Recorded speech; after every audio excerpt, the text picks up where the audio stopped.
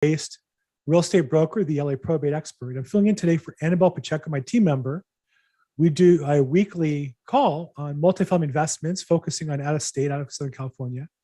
Annabelle is a successful and accomplished investor and in multifamily. And one of the benefits of her being in multifamily investments is she's traveled this weekend to be with Grant Cardone in the Growth Con, and then she's hanging around for a few days extra with her family in Miami. So while we're sitting here working on increasing our income and wealth, she is laying around the pool, spending some of her income, but not diluting her wealth, because the real estate grows and appreciates every day, whether you work or not. So, Paul, we were just talking a little bit real quick. You were saying about the Growth Con. Yeah. So I've got to unmute myself here. Okay. Yeah. So I received a bunch of the invitations, and I actually, now that I think about it, I'm watching the Keynote right now, and I don't even know what I spent, but I signed up for a bunch of things, and I already just got one really, really great idea from just watching his very first video, and highly recommend it to everybody. If you're looking for a breakthrough in anything, which I'm always looking for a breakthrough in something, his very first Keynote video, I think there's a total of 12 videos. I'm on like number one, and it was just it was just great to listen, and just kind of, I was dialed in to what he was saying, and it hit at the right time. So great stuff. So, a couple of things. Number one, Grant is a master real estate investor, focusing in primarily in multifamily, large multifamily, 300 and up units is his focus. And he interviews several master real estate investors. I went to his real estate boot camp or tax boot camp last year in July. And then I did the Growth Con virtually last year. And then this year I did it live virtually, and then I subscribed to the video, but I don't have access to the video yet. I'm not sure why you have it and I don't, but I checked this morning. It was great. It was some great stuff.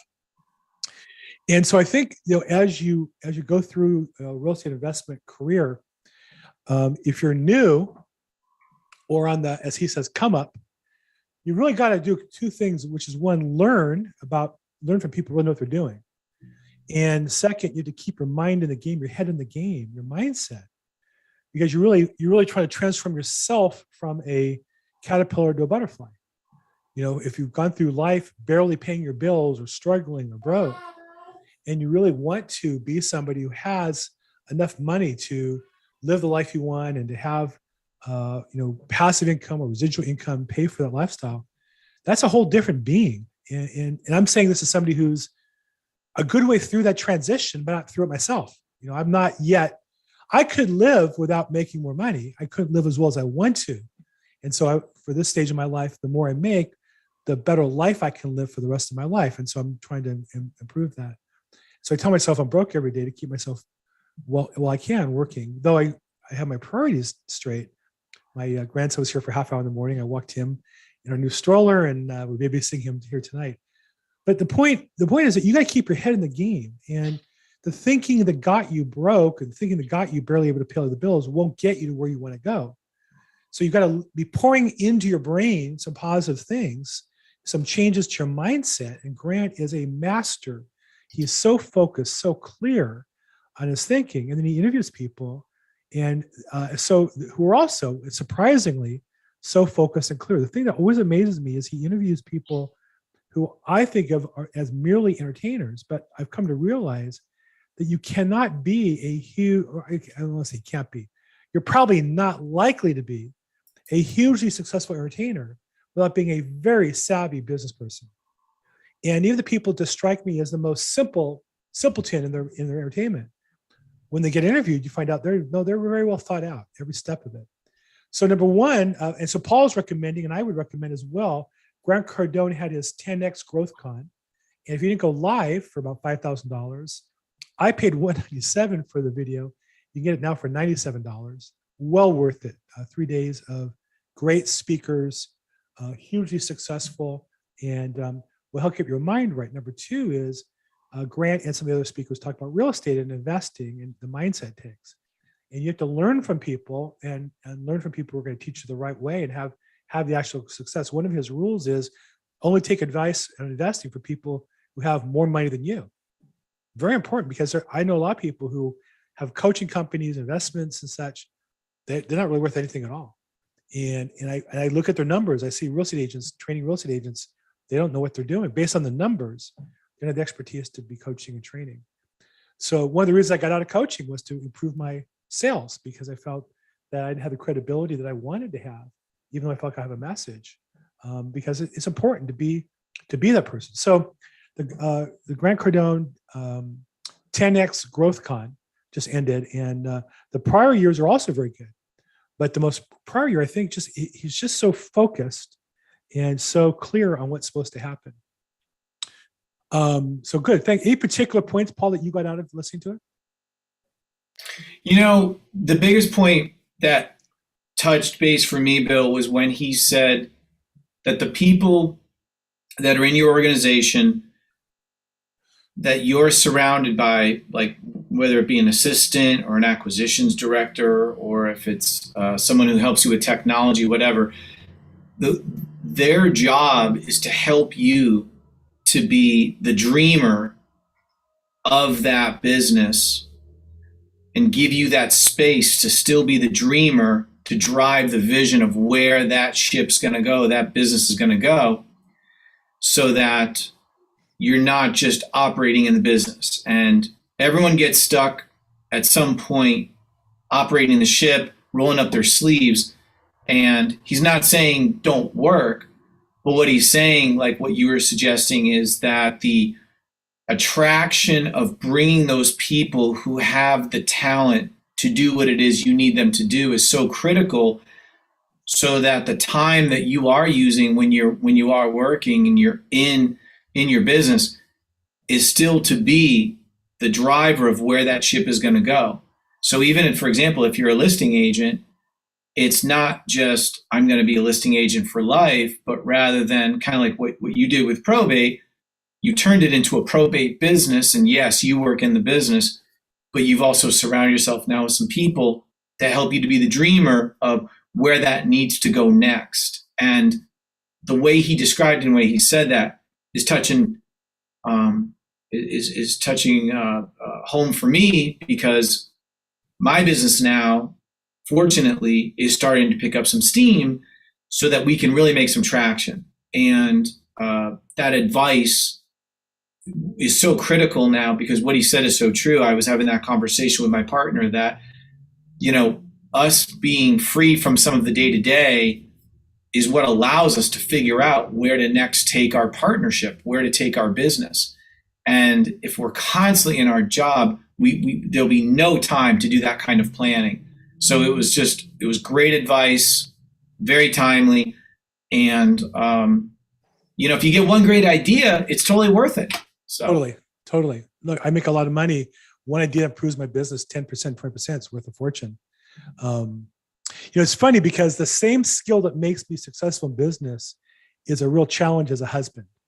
A business person, I only want to do what I have to do. Anything anybody else can do, I want them to do it. And I want to spend all my time doing things that only I can do. Right. And for my business today, communicating in a group of people, I'm on this call today, there's 14 participants, and there'll be a couple hundred who watch the video. So I'm communicating with a lot of people at once, very highly leveraged activity. Talking to people is what I do. Filling out forms, paperwork, all that administrative work. My goal is to get somebody else to handle all of it. Now, there's some limitations where practical. And one of the rules I have is you can't delegate something you don't know what to do, at least have a concept of it. Or it's very hard to, I should say. So, but yeah, his point is your job as an entrepreneur is to dream about what your business can become and find people who can handle the lower work. There was a real estate agent I was talking to about joining my team a year and a half ago, and he came on a call yesterday while he was driving, I guess as a chauffeur or a limo driver or Uber or something. And thinking, wow, because I know I can't afford to drive. When people ask me to meet with them, right, it's an hour meeting with them, but it's like a half hour there and back at least, right? That's 2 hours. That has to be a very valuable meeting for 2 hours, given what I'm making now in my business. And I have a guy who just really is kind of pinning me down. How come you don't want to meet with me? It's not personal. Come to my house. I have a beautiful home office. I have a beautiful patio in the back. We'll sit down. I'll bring lunch in. We'll have a nice time. But if you can't come here, I'm just not going to go to try to get business from you and have a cup of coffee. It's just not worth the hourly rate because I can do with Zoom and phone calls. I have enough people coming towards me. And I think that's what Grant has. So many people coming to him is to sort through the ones that make sense and run with the ones that don't. I think as a real estate investor, you have to be really clear. What are your jobs? What's your main job as a real estate investor? Because so many people come on to calls, and I appreciate you being here and learn. Well, what are you learning? You can learn things you don't need to do past a certain point. But I would say one of the things, what Grant taught me was, one of the main jobs is looking at deals. Your job is to look at deals and run the numbers and see if it makes sense or not. And I find universally that investors tell me they look at 150 deals in detail for every one they buy. So if you've only looked at 5 or 10 deals, you probably haven't started to look at enough deals to find a good one, right? So what is your job as a business person in real estate? And I would say for those of you on the call who are not just investors, but also realtors or realtors to investors, the beauty of being a realtor and investor is you can use the real estate lead generation to find the deal generation, right? How are you going to find deals? So one way to find deals if you're a realtor is to talk to people who own property and see if they want to sell it. And if they want to sell it and it's a good deal, you can buy it, right? So the purpose, and I find most investors also wholesale out some deals because they get more deals coming that are good than they can handle, or they get deals that are just below their standard, but they have a friend who'd be glad to take that deal and give them $5, $10, $20,000 or more. Glad to, right? I had a deal I did as an agent, but if I was an agent, I was an investor and I didn't want to pass on it. It was a deal where we bought it for $2 million. We're selling for over $3 million. It's $1 million on the table. If I called you up and said, hey, I have a deal for you, you can make $1 million on, would you cut me in for 100,000? If I was an investor, you'd say, sure. You'd want to look at the numbers, of course. So, but that requires deal flow. You got to look at a lot of deals. You got to generate a lot of deals. And so I would say to anybody, whether you want to be an investor or you want to be a real estate agent, you just need to talk to more people. The reason I do this call, it's funny, I work really hard to build my calls. I do a call on Thursdays, Probate Weekly. I do a call on Tuesdays, Real Estate Investing Zoom. And then I help my team members build their platforms. This is Annabelle's platform. I helped her launch this multifamily call. Paul is also a member of our team. He has a Tuesday rehab deals that he does because he's a contractor as well, an investor. And I tell them, and I've told them, the more people you talk to, the more deals you look at, the more money you make. So we want more deals. So when Annabelle was traveling and asked me if I would substitute to her call, I said, of course, I'm glad to talk to people about real estate. If you have a problem, I'm glad to try to help solve your problem. That's what I do. If I solve your problem, sometimes I get paid. So the bottom line is for all of us, we have to look at more deals. What are you going to do to look at more deals? And that's what Grant would say is get in action. And the whole point of the 10X growth con, the concept is whatever you're doing now, if you're not achieving your goals, whatever you're doing now, if you did 10 times that, what would you have to do? And I heard that question in my business as a real estate agent. And I have talked to a lot more people, a lot more, 10 times more.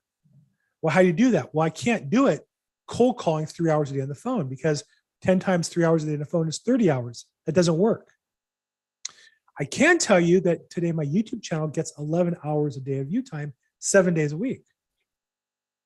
It's not quite 10 times, but it's getting there. It's growing towards that.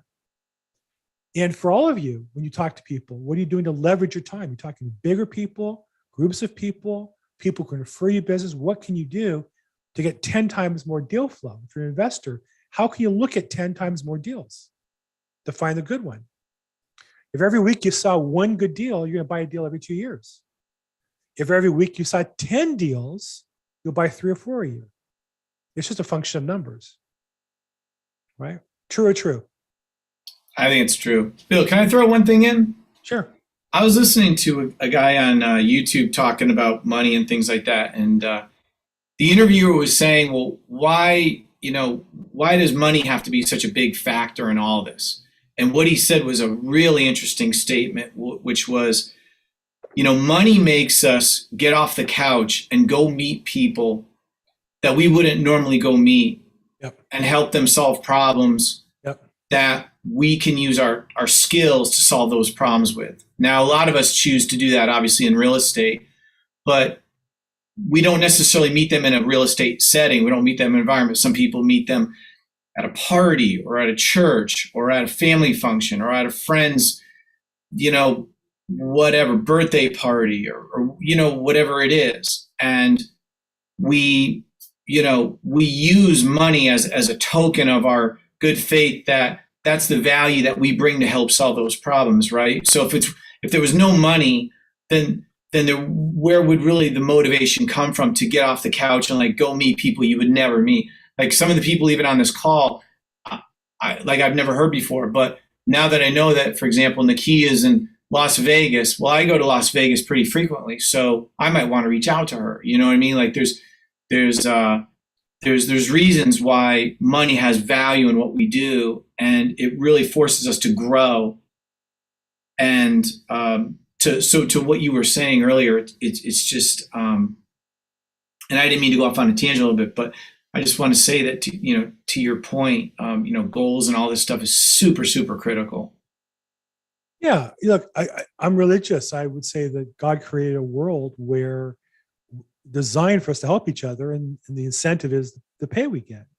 The first real estate deal, recorded is in the Old Testament, where Abraham bought a burial plot for his wife Sarah, and he went to the elders and got the deed recorded basically by publicly recording the purchase and exchanging it for whatever the price was. He might have been a bad negotiator, but he got the prized piece of property that still exists today. And I think that that's just a format for us to think about. It's not about the money. The money is the medium of exchange that allows us to do things. I'm part of a Jewish synagogue here, a community synagogue, and my rabbi struggled to get a certain project off the ground, and I made a lot of money. And I just said, well, what if I just sponsored this or that? He's all, great. And for him, it was a source of great pain. For me, I closed a big deal and I give a certain percentage of my income. And because I make money, yes, I have a family life. Yes, I can buy things for my family that I otherwise might not do, but I also can give things to the community. I can be generous to other people as well. One of my rules is from a movie. If you ever saw, one of my favorite movies of all time is My Blue Heaven, with I think one of the greatest talents ever, Steve Martin, very underrated, amazing actor. There's a scene where he tips the stewardess, the flight attendant on a plane, which we normally wouldn't do that. And he says, it's not tipping I believe in, it's over tipping. And I believe that. When people are struggling, when I get my haircut, when I go to a restaurant, these people for the most part have had a pretty tough couple of years. Compared to me, I've had my best years ever income-wise and wealth-wise. And so, rather than tip the normal $5, if they tip 20, I like to make their day. Sometimes I ask them, what's the biggest tip you had today? And I'll just match it or give more. Just, I've been blessed. Why not? It's not a lot of money. It doesn't cost me that much. And I'm not saying this to brag. I'm challenging you to enjoy the process of giving to people, to make enough money to be generous of spirit rather than have to be tight with it. Whatever it is. Hey, Trace, I see your note there. I'd love to know more detail about it. If you want to privately send to me offline, I'd be all ears. If you want to talk about it here online now and go through the property address, we have people here who might be candidates to buy it or might be candidates to find buyers for you. So I don't want to push you if you're not comfortable, but I would love to see property Kaipa. I have listings in Joshua Tree. I would love to try to put something together for you. So I'll leave that for you to take the next step. If you want to hear a little bit more about it, I'm happy to share. I don't want to hijack your call. I wasn't even sure if it was appropriate to put it. So thank you, Bill. That was nice of you. Sure. Is it listed for sale? It's what it is my family home. My dad and mom built it in 1964. It's a custom home, has cathedral ceilings, fireplace, 4 bedrooms, 2 baths.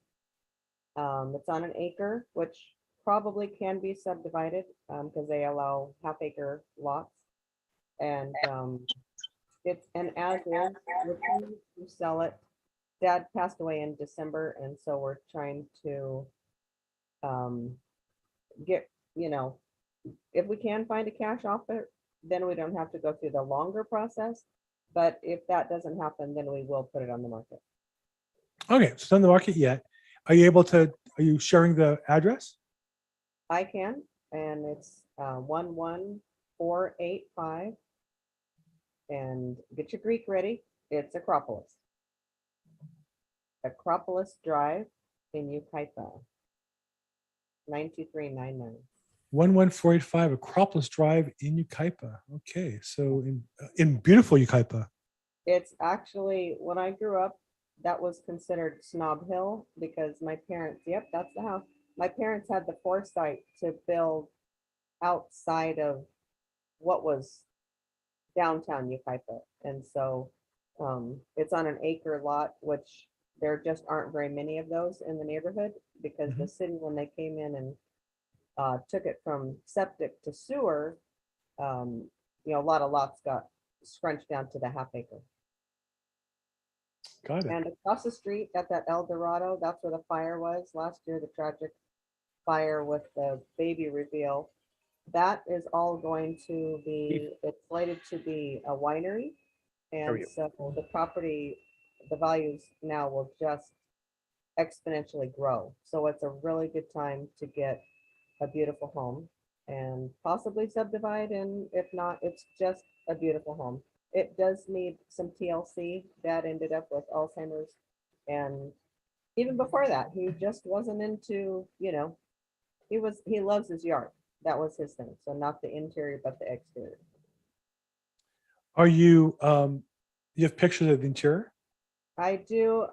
They're really not good, but they're on Instagram. And if you go to foreveryoung.1931, because my dad died almost at 90 years old and he was doing 40 push-ups almost to the end. Wow. Forever Young 1931 on Instagram.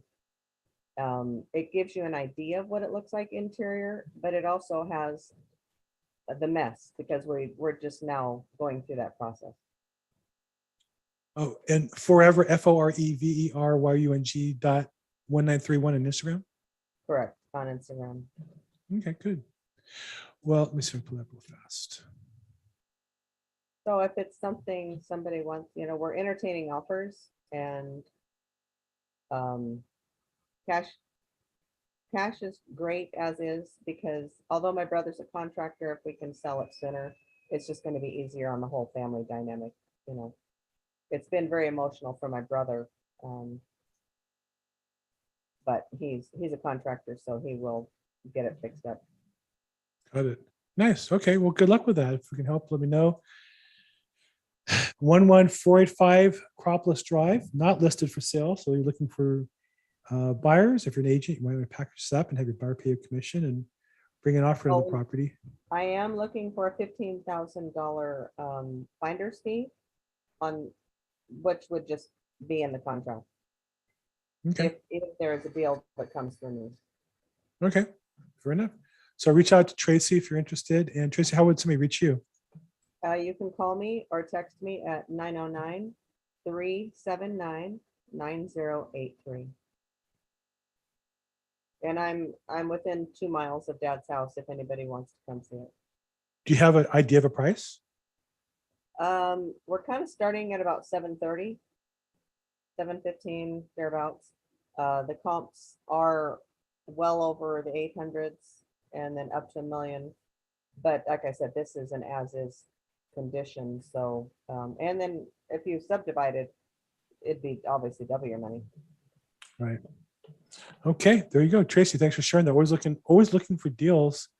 And there's a deal. Now, I'll just say in terms of, does it count as a deal as an investor to look at? I would say to you, only if you run the numbers. A deal counts in my book when you take it and then you evaluate it as to whether or not that's a deal for you. And what does that mean? It probably means comping it and seeing if that number is going to fit, whether you're going to add value to it in return for investment or buy it to resell it or bring it to investors. So probably this doesn't look to be to me like a investment property as much as perhaps for an owner user, and maybe they need to do some fix up when they get it. But it's not for me to say. I'm not moving to Yucaipa this week at least. So Tracy, thank you so much. Oh, you're welcome. Thank you. I did want to share, anybody else have any questions or challenges, any investments we can talk about? I have a little something I do want to share if anybody doesn't have anything. Feel free to put in the chat box if you have any questions or comments, or raise your hand in the Zoom app, or also feel free to just unmute yourself and jump in family style until that gets out of hand. I think we answered all those questions. Yeah. Okay, not seeing any. I just want to share with you, look, I've been in real estate since 1986. And, I think that it's going to sound like a sales pitch. And I guess it is to a degree, and it's self-serving, but, I want it to be a win-win.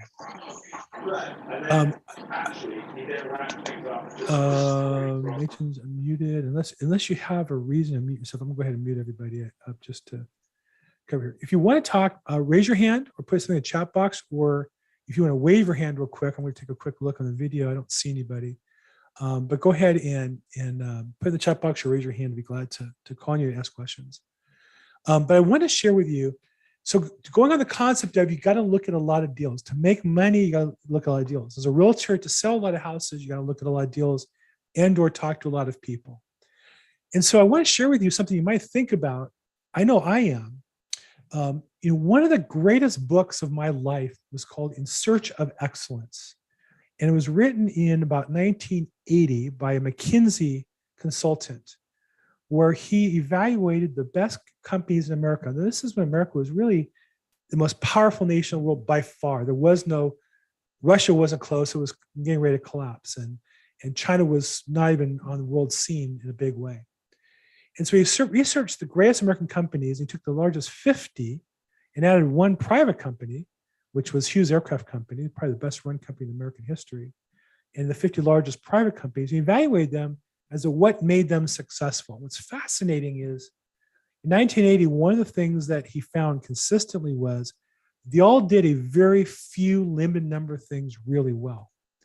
So if you think back to 1980, those you're old enough to know, what was on the McDonald's menu at the time?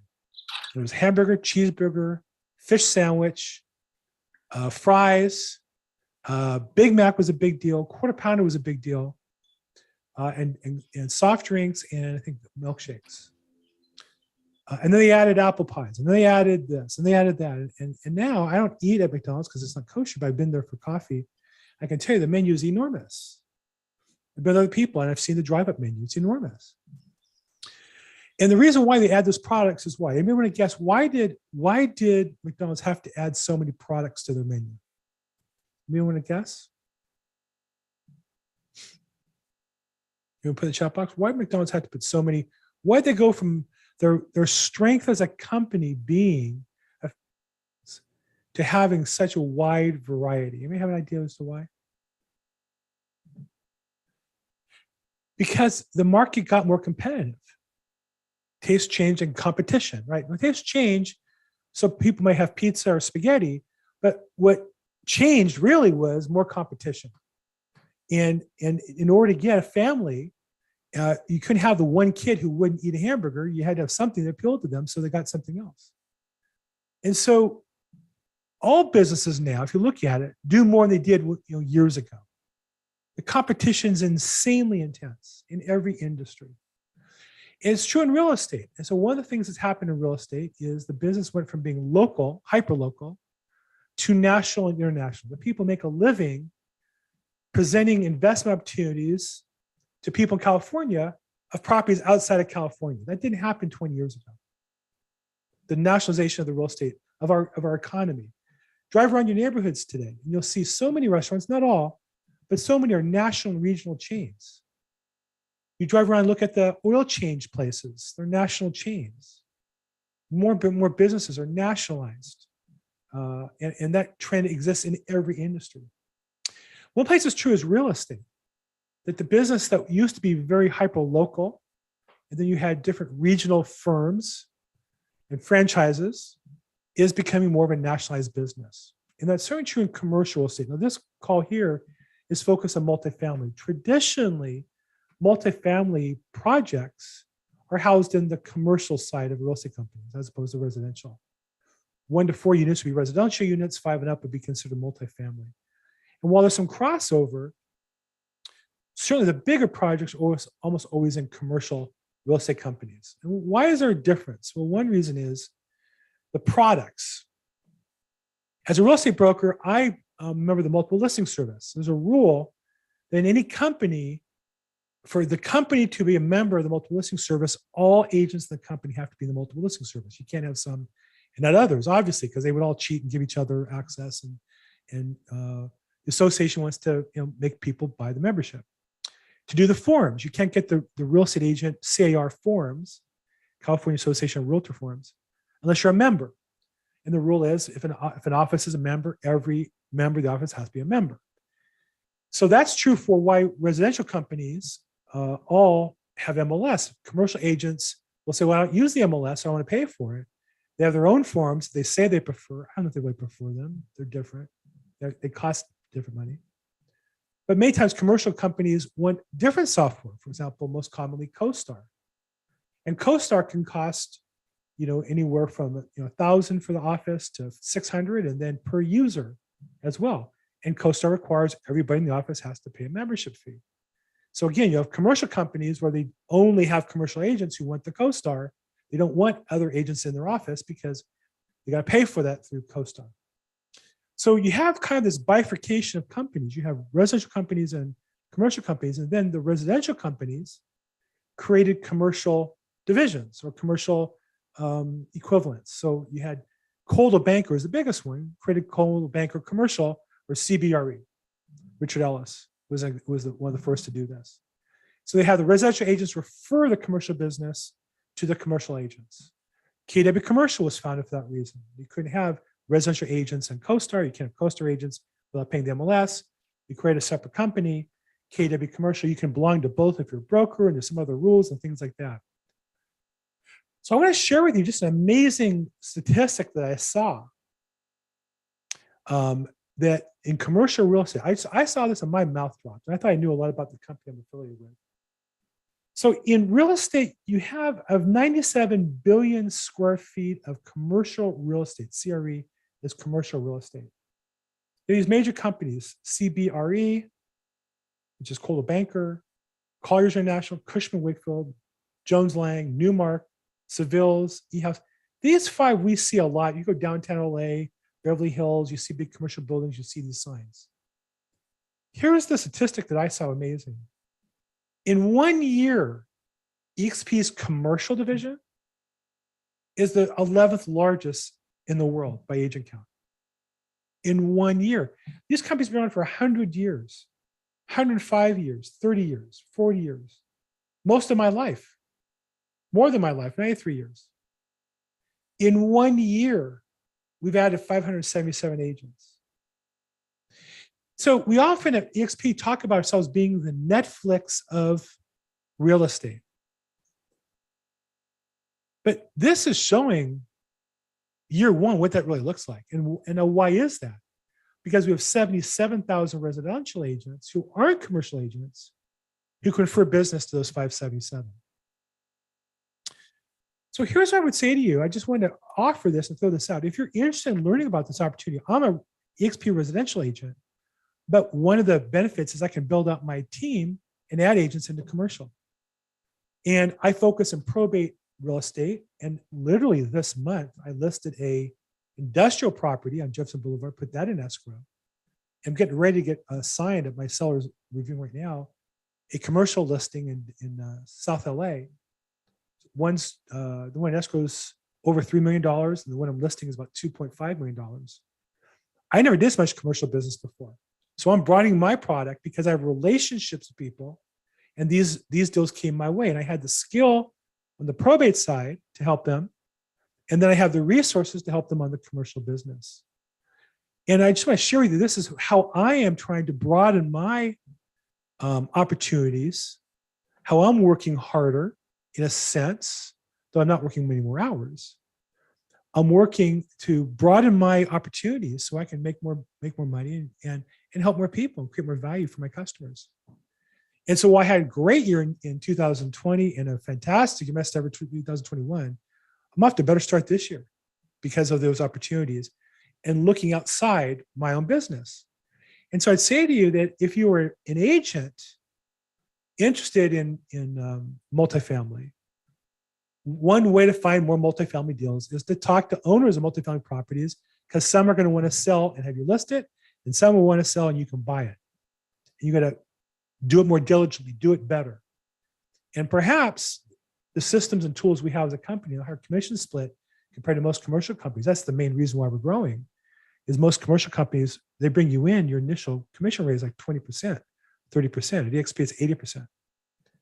So if you're interested in looking into that as an option, great. If you're interested in doing that somewhere else, fine. I'm all for it. At the end of the day, you've got to talk to more people and look at more deals to make more money. And whatever it is, try to find the resources that support you do that.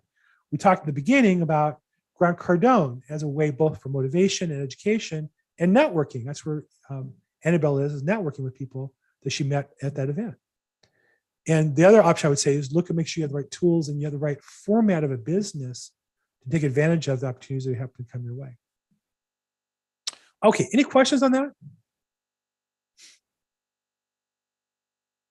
So I guess shameless plug for EXP, but again, those of us who are in the company say that it seems like everybody's coming, either coming now or they're coming later, because like Netflix, it's a disruptive technology that is not slowing down. And now we're applying it to commercial, and now we're applying it internationally as well. But more importantly, how it applies for you and for your business. And so it's not one size fits all, but if not this, what are you doing to improve your business offering and improve your the value you create for your customers? Okay. I do have a question, I guess, in terms of the fact that I was going to actually joke with you and Annabelle about EXP real T-shirts, because I was flying back from Atlanta last night and I ran into an agent in Baltimore, and he had a T-shirt, and he says, well, Bill nor Annabelle gives me a T-shirt, so where's the tracks?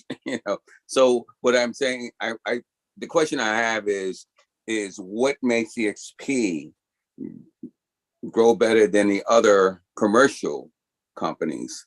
Yeah, especially within a year. Yeah, great question. Is it the T-shirts? No, I didn't even know we had T-shirts, so I couldn't even. I have polo shirts that say EXP Realty. I don't even know if they have commercial shirts or not. I presume they do. Look, I think at the core, EXP, like, think back, I don't know about you guys, but when my daughter, who's now 25, was 8 or 10 years old, one of the most fun experiences with a child was taking them to Blockbuster Video. Anybody else besides me have kids? They took to Blockbuster in those days? Yes. Right? And you go down the aisles looking for movies. Unlike the original video stores that were independent, it was a corporate. They were bigger, they were clean, they were bright. They had signs for the upcoming movies were coming out. Right? It was like exciting. I'm sure they had adult films, but they're all kind of in the back, whereas the small stores was all about the adult films, or at least was prominent. Blockbuster, there was like discreet back corner, whatever. So it was kid friendly. You could let your kids run around and not worry about it. And they had toys. They had, little movie toys, the little animals and stuff that can't live in the movies. And then candy or popcorn. So my daughter would just freak to go and rent. If I said one movie, she'd want 2. If I said 2, she'd want 3. And if I said one treat, she'd want 2. That's just kind of how kids are, right? It was, and you think about it, 2 movies, like $5 each, and the candy, whatever it was, $10 each, maybe it was $30. She would never mind for an hour going there. It was like one of the highlights. I don't know if you guys are young enough to remember that age, or ask your kids if they're old enough to describe it. It was like it was like better than Disneyland, right? It's gone. And it's $30, gone. How could that be? How did Blockbuster disappear? What happened? Anybody want to guess?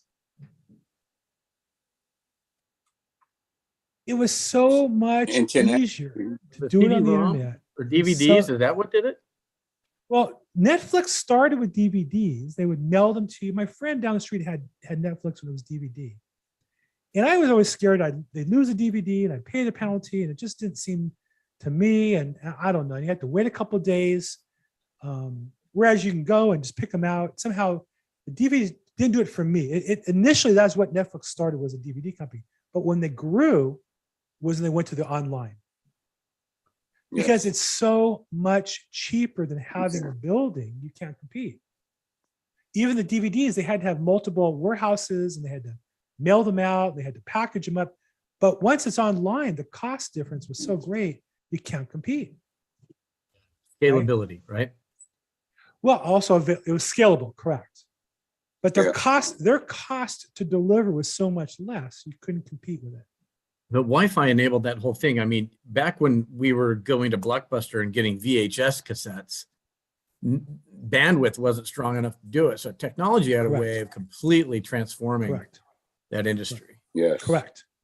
I remember in 1988, there was I was in the Chamber of Commerce in Diamond Bar. There was a lady who had a business called Moving Meals and Movies.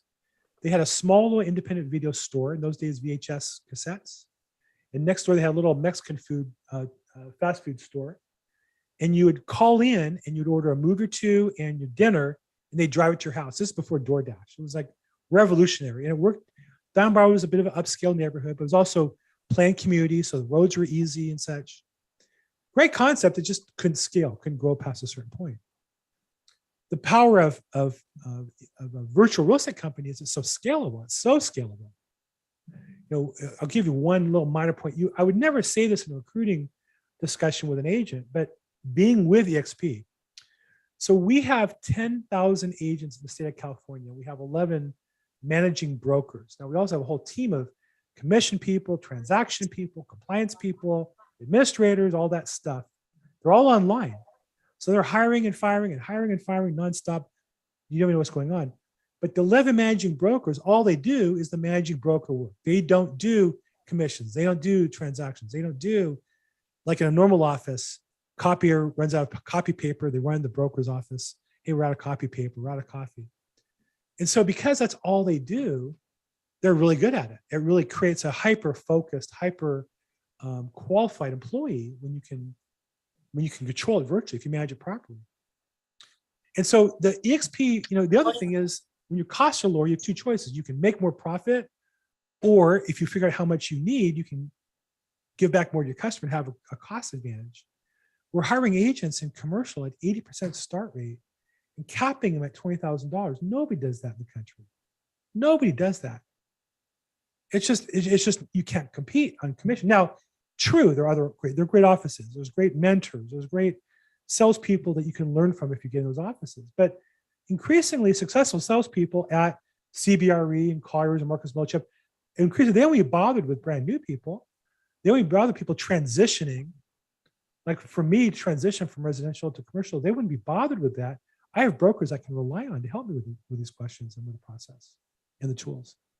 And so part of it is also just the money. For me, I was at Keller Williams. I paid a 6% royalty. I got zero for it. I got a profit share check one month, like $49. Wow. At EXP, I'm capped at 16,000, but the 5% is my stock. We have a revenue share program. A stock program where you can choose 5% off the top, and it goes into my stock account. I have it. So it's all my money. It's all mine. And it's more than my cap for the last 3 years. So basically, I've been over 100%. Yes. What's the minimum charge to hang a license at EXP? Well, I wouldn't use the word hang a license because we don't really want people who aren't producing. But I would say the monthly cost to join is $85 a month. It's $149 the first month and then $85 a month thereafter. And you get for that transactional split. Each one's different. There's a residential program that's different than the commercial program. I would say anybody's interested, contact me. I'd be glad to walk you through. You can go to zoomwithbillg.com. I'd be glad to sit down with you for 30 minutes and walk you through the commission structure in the program and see what questions are appropriate for you. But in general, it's an 80% split on residential to $16,000 to the company.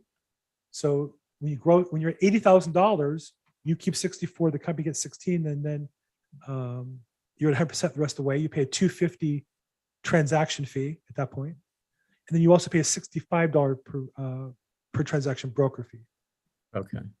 So some transactional fees that you pay. but that includes what would be normally at other companies E&O. We don't pay an errors emissions insurance. I worked for a company where it was $150 a month. In a year, you pay $1,800. We don't pay that. We pay $65 a transaction, and the $40 portion's capped. I can go through the numbers with you, but I'll just tell you, it's a lot less because we're Netflix, not Blockbuster. We don't have the huge retail space, and we don't have employees sitting there opening and closing the doors. It's all done online. I'm thinking about getting my real estate license just because the commission on the house that I'd like to buy is $20,000. So it'd be worth for me to save $20,000, to cram for the test and pass it. Well, a couple things. I'd say that you have to also, to join most real estate companies, ours included, you have to be a member of the board and a member of the multiple listing service. So the license in the school is probably about $2,000. MLS and association fees for years probably about another $1,500, $2,000. You can spend about $4,000 to get qualified to do business. But that said, and then you have your license, at that point. So if you're going to do that, if you don't want to actually do transactions, you can get your license. There are companies that are called referral only, where that's where you hang your license. You don't belong to MLS, you don't belong to a board. You're simply licensed, but you're not allowed to do anything else other than collect referral fees. Well, this is another question that some beginners might have, and I'm profoundly curious. Is there anything that the MLS system is going to give me for research or looking up new listings that realtor.com or Zillow or Redfin won't? Yeah, I mean, I'm a member of both. I obviously I can go onto Zillow and Redfin and do regularly, partially because they're very fast. And so when I look up a property address, I'll just type in the property address. And if the first thing comes up, I prefer Redfin over Zillow, just for basic information. The MLS will have the marketing information. Who's the listing agent? What are the private remarks that they don't publish on the internet about the property? So common things are, for me, properties are occupied by tenants or not occupied by tenants. Tenants will vacate, they won't vacate, what they're paying, what they're not going to pay. Other pitfalls in the transaction. Really important when you buy the property or before you make an offer that you read the private MLS remarks. They're designed to tell you what they want, how they want the offer to look, and that way it'll give you some clues as to what to do.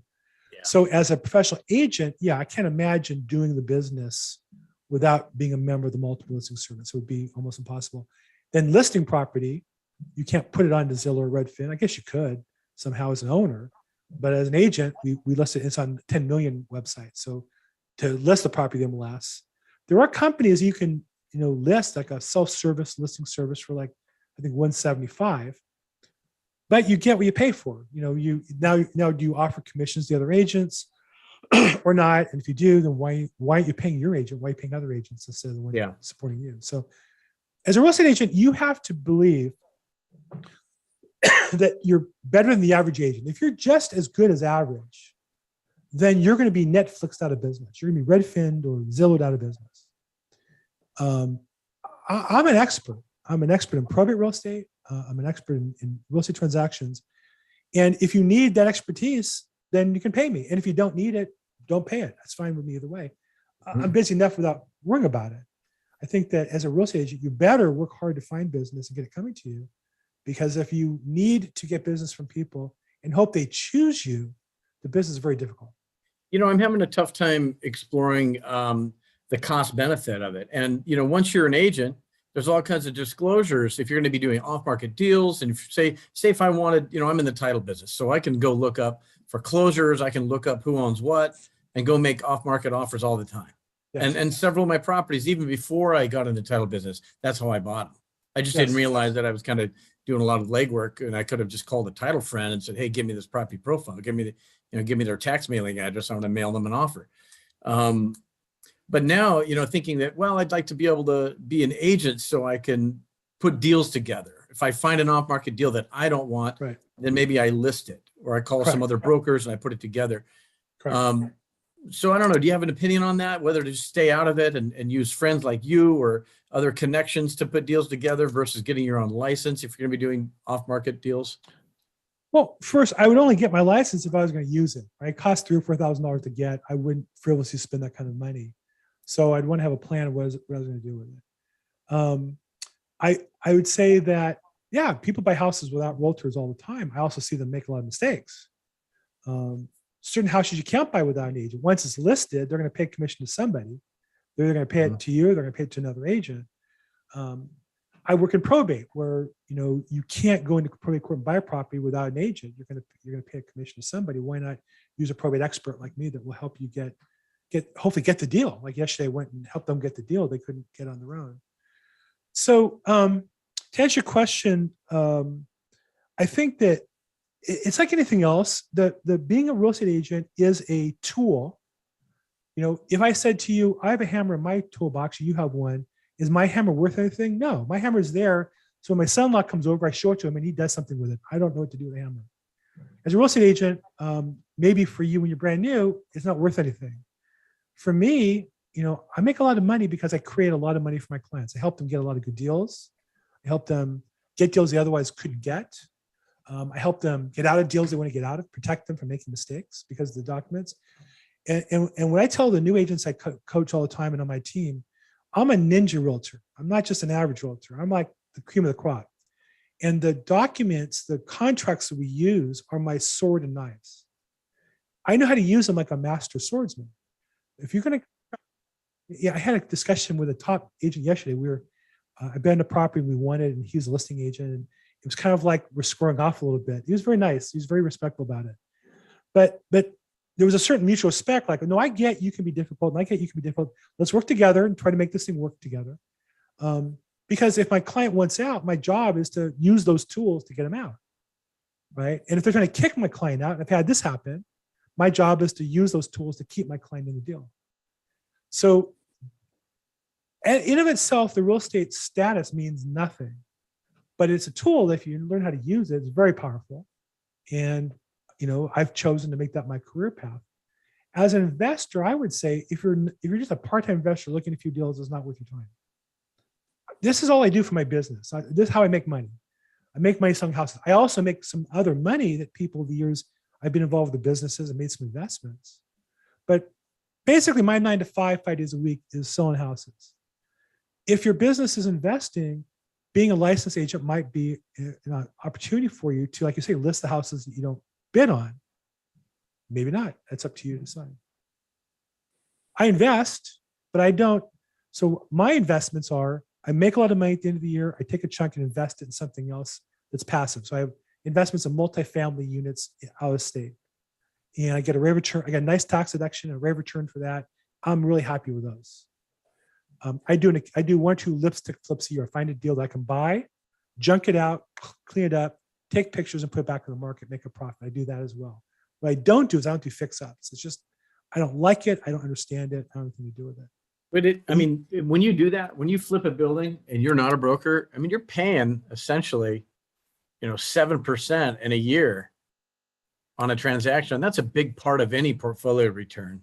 Some people are making 50% returns, but think about that. 7% out of 50, that's like a 14% of your cost going right out to sales commissions.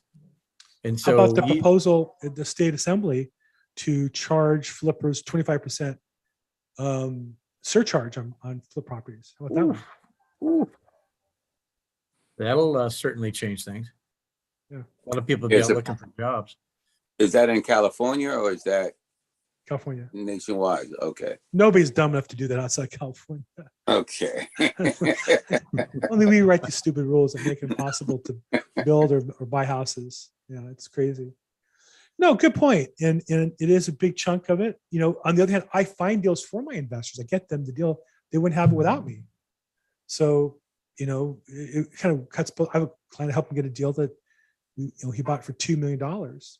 On out-of-state deals, do you get a special rate or talk your way through maybe a negotiated rate? Hey, I'm going to give, if you're going to help me on the sale or the purchase of this thing, can you help me on the sale and kind of give me a break?